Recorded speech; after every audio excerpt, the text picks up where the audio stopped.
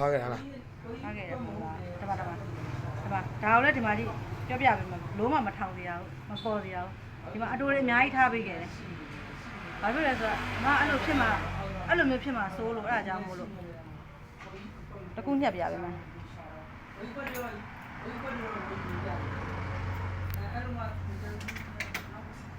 ါ အကိုလာကြည့်လိုက်ဒါဖိချလိုက်ပြီဒါဘာမှမရှိဘူးပြီးတော့ဒါဖုံးပါအဲ့လိုမျိုးဒါဖုံးပါဘာမှမရှိဘူး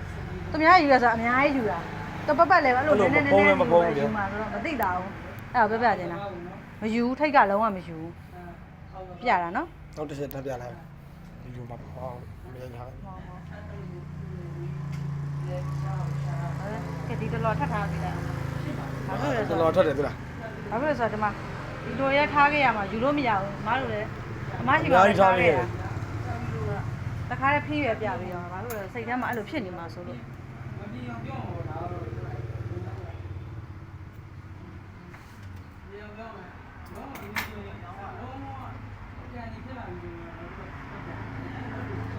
ီမှာနော်ပေါ်မှာလည်းရှိတယ်ဘလို့မှမပါဘူးဘလို့မှလည်းမသိတာဘူးထောင်လည်းမထောင်နောက်ရောက်မှထောင်လာမှာဆိုတာကိုလည်းမပူနဲ့ဘာဖြစ်လဲဆိုတော့ဘလို့မှနှစ်ကြသားလည်းဘလို့မှမဖြစ်တာတခုညက်ပြီးတခုဖိပဲချပြီးတော့မှာ